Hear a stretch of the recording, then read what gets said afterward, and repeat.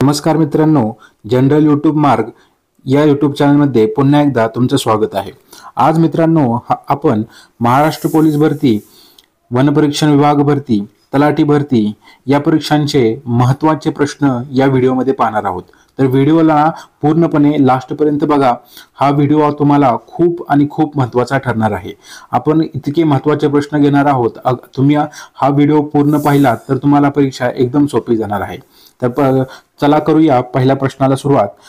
पहिला प्रश्न, केंद्रीय लोकसेवा आयोगाचे अध्यक्ष वयाच्या किती वर्षांपर्यंत पदावर राहू शकतात? तर मित्रांनो या प्रश्नाचे जे उत्तर आहे ते आहे पर्याय क्रमांक डी 65 वर्ष।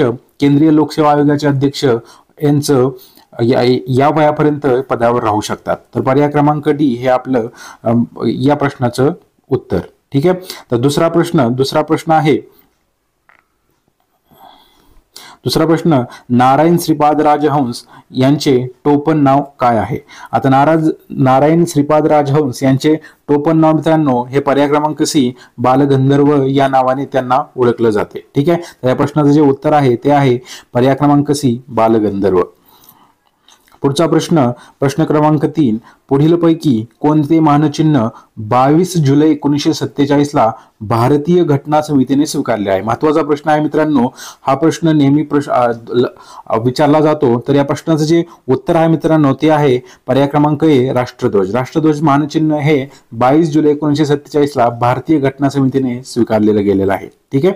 तर पुढचा चौथा प्रश्न क्रमांक 4, अनुच्छेद 280 मध्ये कशाची तरतूद करण्यात आली आहे? तर प्रश्न क्रमांक 4 हा असले प्रश्न मित्रांनो खूप वारंवार विचारले जातात। तर हा प्रश्न खूप इम्पॉर्टंट आहे। ठीक आहे। तर या प्रश्नाचं जे उत्तर आहे प्रश्न क्रमांक 4, तर या प्रश्न क्रमांक 4 चं उत्तर आहे बी वित्त आयोग। वित्त आयोग हे अनुच्छेद 280 मध्ये तरतूद करण्यात गेलेलं आहे। ठीक आहे। तर प्रश्न क्रमांक 5, सहकारी चळवळीचा जनक असे कोणास म्हटले जाते? असले प्रश्न ना मित्रांनो एक तरी प्रश्न ना प्रत्येक परीक्षेत असा विचारला जातो, म्हणजे सहकारी चळवळीचा या फिर दुसरा असा प्रश्न विचारलेला जातो। तर या प्रश्नाचं जे उत्तर आहे सहकारी चळवळीचा जनक हा कोणाला म्हटले जाते मित्रांनो? हा रॉबर्ट ओवेनला म्हटले जाते। तर ह्या प्रश्नाचं उत्तर आहे रॉबर्ट ओवेन। ठीक आहे। पुढचा प्रश्न क्रमांक 6, प्रत्यक्षात आवश्यक असलेल्या कामगारांच्या संख्येपेक्षा अधिक कामगार काम करत असतील तर अशा ठिकाणी डॅश बेकारी असते। तर या प्रश्नाचं जे उत्तर आहे मित्रांनो ते आहे छुपी बेकारी, म्हणजेच पर्याय क्रमांक बी या प्रश्नाचं उत्तर आहे। नेहमी लक्षात ठेवा, प्रत्यक्षात आवश्यक असलेल्या कामगारांच्या संख्येपेक्षा अगर तिथे अधिक कामगार असतील तर तिथे कसली बेकारी असते? छुपी बेकारी असते। हे तुम्हाला माहित पाहिजे। ठीक आहे। तर प्रश्न क्रमांक 7, चंद्रपूर जिल्ह्यातील डॅश या ठिकाणी युद्ध साहित्य निर्मितीचा कारखाना आहे। तर हा प्रश्न खूप महत्वाचा आहे। ठीक आहे।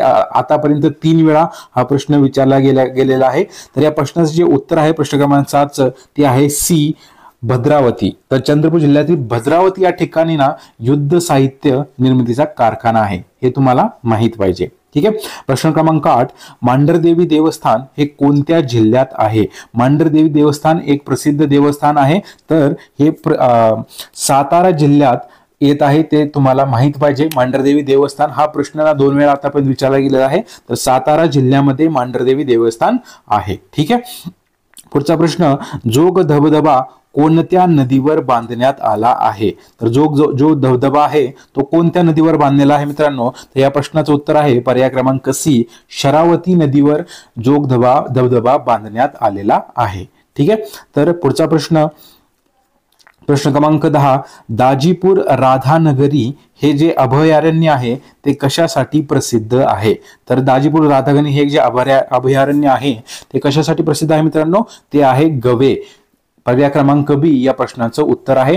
तर लक्षात ठेवायचं आपल्याला की दाजीपूर राधानगरी अभयारण्य हे गवे यासाठी प्रसिद्ध आहे। ठीक आहे। पुढचा प्रश्न क्रमांक 11, कोविड-19 ज्याला आपण कोरोना म्हणतो या आजाराची साथ जगातील अनेक देशांमध्ये पसरली म्हणून त्यास डॅश महामारी असे म्हणतात। तर तुम्हाला सगळ्यांना माहिती आहे कोरोना आजाराची साथ जगातील अनेक देशांमध्ये पसरली, त्याला कुठली महामारी म्हणले जातात? 11वा प्रश्न ज्याचं की या प्रश्नाचं उत्तर आहे विश्वव्यापी।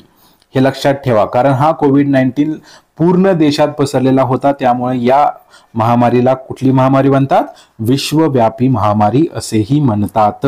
ठीक आहे. तर प्रश्न क्रमांक 12, ज्याला आकार नाही या अर्थाचा शब्द ओळखा. हा प्रश्न खूप इम्पॉर्टंट आहे मित्रांनो.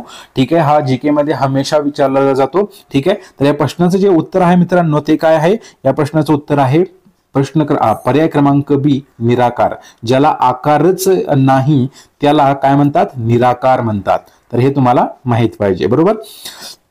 पुढचा प्रश्न क्रमांक 13, तळ हातावरील फोडाप्रमाणे जपणे म्हणजे काय? ही एक म्हण आहे मित्रांनो, अशी म्हण म्हणतात. तर तळ हातावरील फोडाप्रमाणे जपणे म्हणजेच काय मित्रांनो? की त्याची आपण काळजी घेतो. तर त्या प्रश्नाचं बरोबर उत्तर काय आहे? काळजी घेणे. पर्याय क्रमांक सी हा बरोबर पर्याय क्रमांक आहे. ठीक आहे. त्या प्रश्नाचं उत्तर आहे. पुढचा प्रश्न क्रमांक 14, कोणत्या दिवशी गंगा नदीला डॉल्फिन दिवस साजरा केला जातो? हाही खूप इम्पॉर्टंट प्रश्न आहे मित्रांनो. हाही मागच्या वर्षी विचारला गेलेला प्रश्न आहे. तर या प्रश्नाचं जे उत्तर आहे मित्रांनो ते आहे पर्याय क्रमांक ए, 5 ऑक्टोबर रोजी गंगा नदीला डॉल्फिन दिवस साजरा केला जातो. हे तुम्हाला माहित पाहिजे. ठीक आहे. तर 5 ऑक्टोबर हे पर्याय क्रमांक ए या प्रश्नाचं उत्तर आहे. ठीक आहे. पुढचा प्रश्न आहे 15वा प्रश्न, कोणत्या व्यक्तीने 4 ऑक्टोबर 2021 रोजी जपानच्या पंतप्रधान पदाची शपथ घेतली? ठीक आहे. तर या प्रश्नाचं जे उत्तर आहे मित्रांनो ते काय आहे? पर्याय क्रमांक बी, फुमिओ किशिदा या पंतप्रधानाने 4 ऑक्टोबर 2021 रोजी जपानच्या पंतप्रधान पदाची शपथ घेतलेली आहे. तर या प्रश्नाचं उत्तर आहे फुमिओ किशिदा. लक्षात ठेवा 2021 रोजी 4 ऑक्टोबर. ठीक आहे. तर पुढचा प्रश्न आहे प्रश्न क्रमांक 16, समुदाय विकास कार्यक्रम म्हणजेच कम्युनिटी डेव्हलपमेंट प्रोग्राम यालाच म्हणतात, ची सुरुवात केव्हा झालेली होती? तर या प्रश्नाचं जे उत्तर आहे मित्रांनो ते काय आहे? 2 ऑक्टोबर 1952 म्हणजेच पर्याय क्रमांक ए हा या प्रश्नाचं बरोबर उत्तर आहे. ठीक आहे. तो कम्युनिटी डेव्हलपमेंट प्रोग्राम त्यालाच काय म्हणतात? समुदाय विकास कार्यक्रम हा 2 ऑक्टोबर 1952 रोजी सुरू करण्यात आला होता. ठीक आहे. तर या प्रश्नाचं उत्तर आहे पर्याय क्रमांक ए. पुढचा प्रश्न आहे प्रश्न क्रमांक 17, भारतीय रिझर्व्ह बँकेचे डेप्युटी गव्हर्नर डॅशचे अध्यक्ष असतात. हा प्रश्न असे प्रश्न मित्रांनो खूप वेळा विचारले जातात आणि हा प्रश्न खूप महत्वाचा प्रश्न आहे. आतापर्यंत 4 वेळा हा प्रश्न विचारला गेलेला आहे. तर मोस्ट इम्पॉर्टंट हा प्रश्न आहे. ठीक आहे. तर भारतीय रिझर्व्ह बँकेचे जे डेप्युटी गव्हर्नर आहे ना ते कोणचे अध्यक्ष असतात? नाबार्ड. म्हणजेच पर्याय क्रमांक बी या प्रश्नाचं बरोबर योग्य उत्तर आहे. ठीक आहे. तर नाबार्ड या प्रश्नाचं उत्तर आहे. पुढचा प्रश्न आहे प्रश्न क्रमांक 18, भारतात विहिरींची संख्या सर्वाधिक असणारे राज्य कोणते? हे खूप महत्वाचा प्रश्न आहे मित्रांनो. प्रश्न क्रमांक 18 आणि या प्रश्नाचं जे उत्तर आहे ते आहे उत्तर प्रदेश. उत्तर प्रदेशमध्ये विहिरींची संख्या सर्वाधिक जास्त आहे आणि हाच राज्य आहे की ज्यामध्ये विहिरींची संख्या सर्वाधिक असणारे राज्य भी आहे. ठीक आहे. तर या प्रश्नाचं उत्तर आहे उत्तर प्रदेश. पुढचा प्रश्न आहे प्रश्न क्रमांक 19, जलसिंचनाद्वारे घेतल्या जाणाऱ्या शेतीस डॅश शेती असे म्हणतात? तर या प्रश्नाचं जे उत्तर आहे जलसिंचनाद्वारे म्हटले आहे मित्रांनो, हे लक्षात ठेवा. तर जलसिंचनाद्वारे जेव्हा शेती घेतली जाते ना तर त्या शेतीस काय म्हणले जातात मित्रांनो? बागायती शेती. तर या प्रश्नाचं बरोबर उत्तर काय? पर्याय क्रमांक ए, बागायती शेती. ठीक आहे. पुढचा प्रश्न आहे प्रश्न क्रमांक 20, डॅश जिल्हा संस्कृत कवींचा जिल्हा म्हणून ओळखला जातो? असा कुठला जिल्हा आहे महाराष्ट्रात की तो संस्कृत कवींचा जिल्हा म्हणून ओळखला जातो? तर या प्रश्नाचं उत्तर आहे मित्रांनो पर्याय क्रमांक सी, नांदेड हा जिल्हा संस्कृत कवींचा जिल्हा म्हणून ओळखला जातो. ठीक आहे. तर या प्रश्नाचं बरोबर उत्तर आहे नांदेड. पुढचा प्रश्न आहे प्रश्न क्रमांक 21, 1910 मध्ये जेजुरी पुणे येथे मुरळी प्रतिबंधक चळवळ पुढील कोणत्या समाज सुधारकाराने सुरू केलेली होती? तर 1910 मध्ये जे जेजुरी आहे पुणे जिल्ह्यात येतं ते येथे मुरळी प्रतिबंधक चळवळ पुढीलपैकी कोणत्या समाज सुधारकाने सुरू केलेली होती? तर या प्रश्नाचं जे बरोबर उत्तर आहे ते काय आहे मित्रांनो? वी रा शिंदे या प्रश्नाचं बरोबर उत्तर आहे. यांनी 1910 मध्ये जेजुरीमध्ये मुरळी प्रतिबंधक चळवळ सुरू केलेली होती. ठीक आहे, तर या प्रश्नाचं उत्तर आहे वीरा शिंदे. पुढचा प्रश्न आहे प्रश्न क्रमांक 22. तर या प्रश्न क्रमांक 22 काय आहे बघा. अमरावती येथे कुष्ठरोगांच्या पुनर्वसनासाठी तपोवन येथे जगदंबा कुष्ठधामाच्या निवासाची स्थापना 1950 मध्ये कोणी केली? परत एकदा वाचतो. असे मोठे प्रश्न असतात ना, हे खूप सोपे असतात, पण जास्त ओळी असतात त्यामुळे काय फसवे वाटतात आपल्याला, पण हे खूप सोपे असतात. अमरावती येथे कुष्ठरोगांच्या पुनर्वसनासाठी तपोवन येथे जगदंबा कुष्ठधाम जे आहे त्या निवासस्थानाची स्थापना 1950 मध्ये कोणी केली? या प्रश्नाचं जे योग्य उत्तर आहे मित्रांनो ते आहे बाबा आमटे. पर्याय क्रमांक सी या प्रश्नाचं बरोबर उत्तर बाबा आमटे यांनी जगदंबा कुष्ठधामाच्या निवासस्थानाची स्थापना 1950 मध्ये केलेली होती. ठीक आहे, तर या प्रश्नाचं उत्तर आहे बाबा आमटे. पुढचा प्रश्न आहे प्रश्न क्रमांक 23. तर प्रश्न आहे एक गाव एक पाणवठा या मोहिमेची सुरुवात पुढीलपैकी कोणी केली होती? तर या प्रश्नाचं जे योग्य उत्तर आहे मित्रांनो ते काय आहे? पर्याय क्रमांक डी बाबा आढाव हे या प्रश्नाचं योग्य उत्तर आहे. बाबा आढाव यांनी एक गाव एक पाणवठा हे तुम्हाला लक्षात असलं पाहिजे. ठीक आहे, या मोहिमेची सुरुवात बाबा आढाव यांनी केलेली होती. पुढचा प्रश्न आहे प्रश्न क्रमांक 24. मृत्यूचे चुंबन घेणारा महाकवी असे वर्णन प्र के अत्रे यांनी कोणाचे केले आहे? तर मृत्यूचे चुंबन घेणारा महाकवी असे वर्णन प्र के अत्रे यांनी कोणाचे केले आहे? प्रश्न क्रमांक 24 याचे योग्य उत्तर आहे मित्रांनो साने गुरुजी. प्र के अत्रे यांनी मृत्यूचे चुंबन घेणारा महाकवी कोणास म्हटलेले आहे? साने गुरुजींना म्हटले आहे. तर या प्रश्नाचं उत्तर आहे साने गुरुजी. ठीक आहे, पुढचा प्रश्न आहे प्रश्न क्रमांक आहे तो 25. महर्षी कर्वे फर्ग्युसन कॉलेजमध्ये कोणता विषय शिकवत होते? फर्ग्युसन कॉलेज हे कुठलं आहे मित्रांनो? पुणे जिल्ह्यातलं हे कॉलेज आहे फर्ग्युसन कॉलेज. तर महर्षी कर्वे पुणे जिल्ह्यात फर्ग्युसन कॉलेजमध्ये कोणता विषय शिकवत होते ते मित्रांनो सगळ्यांना जवळजवळ माहितच असेल, कारण लहानपणी हा आपल्याला धडा पण होता त्याचा. तर मी परत सांगतो की या प्रश्नाचं जे योग्य उत्तर आहे ते काय आहे? बी गणित. गणित हा विषय महर्षी कर्वे फर्ग्युसन कॉलेजमध्ये शिकवत होते. ठीक आहे, पुढचा प्रश्न आहे प्रश्न क्रमांक 26. एक देश एक रेशन कार्ड योजना डॅश डॅश या तारखेपासून संपूर्ण भारतभर लागू झालेली होती. तर असा ती कोणची तारीख आहे? प्रश्न क्रमांक 26 त्या प्रश्नाचं जे उत्तर आहे ते आहे 1 जून 2020. 1 जून 2020 रोजी एक देश एक रेशन कार्ड योजना सुरू करण्यात आलेली होती. हा आकडा ही दिनांक तुम्हाला लक्षात जरूर पाहिजे, कारण रेशन कार्ड खूप महत्वाचं आहे. ते कधी झालेले सुरू आहे? 1 जून 2020 रोजी. बरोबर मित्रांनो, तुम्ही या चॅनलवर नवीन आला असाल ना, तुम्हाला हे प्रश्न एकदम चांगले वाटत असतील तर प्लीज एक लाईक जरूर करा या व्हिडिओला आणि चॅनलला ना सबस्क्राईब जरूर करा. हा तर भाग 1 आहे, अजून भाग खूप येणार आहेत. असे खूप महत्वाचे प्रश्न तुम्हाला मी घेऊन येणार आहे. तर प्लीज तुम्हाला एक कळकळीची विनंती आहे की या चॅनलला सबस्क्राईब जरूर करा आणि या व्हिडिओला लाईक सुद्धा जरूर करा. ठीक आहे, प्रश्न क्रमांक 27 आपला चालू आहे. ख्रिस्ती मिशनच्या धर्मप्रसाराला उत्तर म्हणून डॅश डॅश यांनी विचार लहरी पत्र सुरू केले होते. काय? ख्रिस्ती मिशनच्या धर्मप्रसाराला उत्तर म्हणून त्यांनी लहरी कुठले पत्र सुरू केले होते? या प्रश्नाचं जे बरोबर उत्तर आहे मित्रांनो तो काय आहे? ते काय आहे? पर्याय क्रमांक ए विष्णू शास्त्री चिपळूणकर यांनी विचार लहरी पत्र सुरू केले होते. ठीक आहे, त्या प्रश्नाचं उत्तर आहे पर्याय क्रमांक ए विष्णू शास्त्री चिपळूणकर. पुढचा प्रश्न क्रमांक 28. महात्मा फुले यांनी पुढीलपैकी कोणता ग्रंथ गुलामगिरी विरुद्ध लढणाऱ्या अमेरिकन जनतेस अर्पण केला आहे?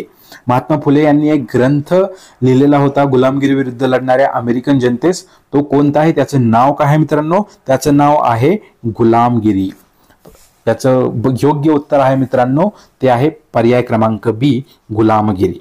ठीक आहे. पुढचा प्रश्न आहे. पुढचा प्रश्न क्रमांक 29. लाऊडस्पीकर मध्ये डॅश ऊर्जेचे रूपांतर डॅश ऊर्जेमध्ये होते. जो आपण लाऊडस्पीकर यामध्ये गाणे चालतात ना, ठीक आहे, त्यामध्ये कोणत्या ऊर्जेचं रूपांतर कोणत्या ऊर्जेमध्ये होते ते आपल्याला सांगायचं आहे. तर मी तुम्हाला सांगतो या प्रश्नाचं जे योग्य उत्तर आहे मित्रांनो ते काय आहे, विद्युत ऊर्जेचं हे रूपांतर कशामध्ये होतंय, ध्वनी ऊर्जेमध्ये होतंय.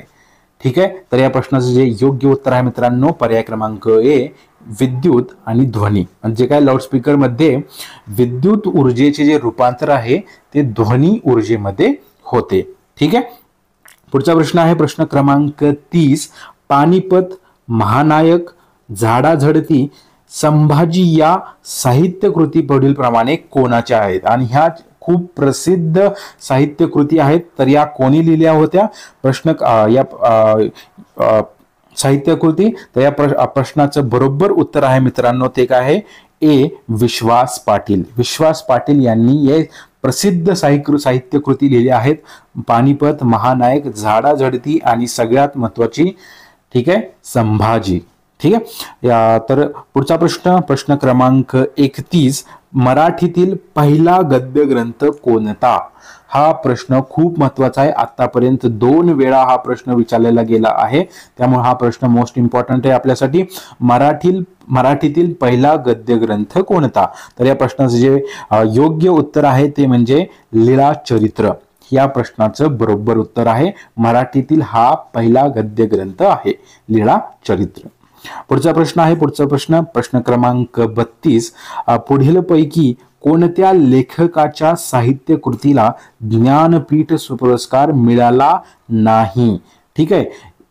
कोणत्या लेखकाच्या साहित्य कृतीला ज्ञानपीठ पुरस्कार हा मिळाला नाही तो आपल्याला सांगायचा आहे. तर प्रश्न क्रमांक 32 याचं बरोबर उत्तर आहे पु ल देशपांडे. या प्रश्नाचं बरोबर उत्तर आहे. अजूनही या साहित्य कृतीला ज्ञानपीठ पुरस्कार मिळाला नाही.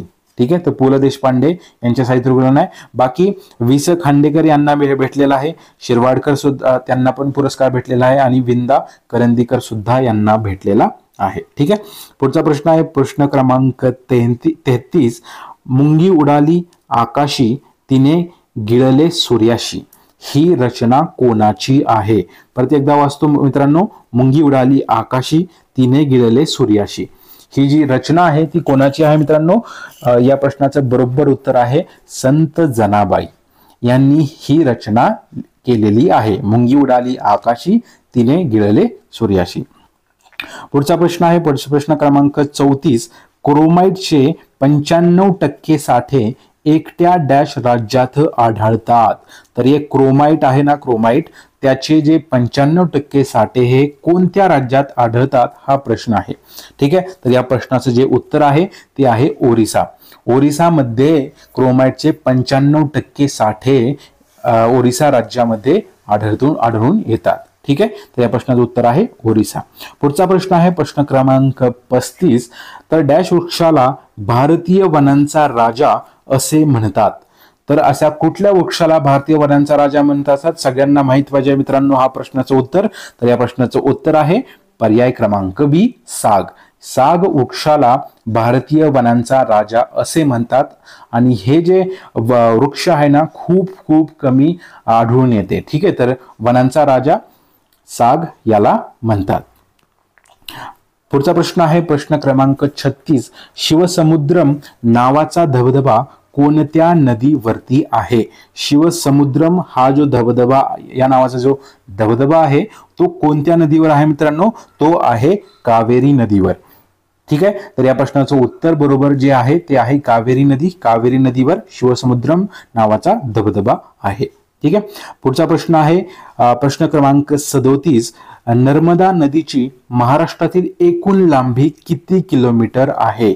तर नर्मदा नदी जी आहे त्याची लांबी किती किलोमीटर आहे मित्रांनो. ती आहे पर्याय क्रमांक बी, 54 किलोमीटर नर्मदा नदीची महाराष्ट्रातील एकूण लांबी आहे. तर हे तुम्हाला माहित पाहिजे. ठीक आहे. तो आज 37 प्रश्न आज झाले आहेत. हा आहे भाग 1. पुढच्या भागात ना अजूनही मजेदार आणि सगळ्यात महत्त्वाचे प्रश्न आणि उत्तरे मी घेऊन येणार आहे. तर प्लीज रिक्वेस्ट आहे तुम्हाला एक काय की या व्हिडिओला लाईक करा आणि चॅनलला सबस्क्राईब करून ठेवा. जे मी इथे प्रश्न आणि उत्तरे देणार आहेत जीकेचे ते खूप आणि खूप महत्त्वाचे आहेत. ठीक आहे. तर प्लीज मित्रांनो पुन्हा एकदा मी तुम्हाला धन्यवाद म्हणतो. ते का या व्हिडिओला लास्टपर्यंत पाहिल्याबद्दल तुमचं खूप खूप धन्यवाद. पुढचा भाग लवकरच मी घेऊन येत आहे.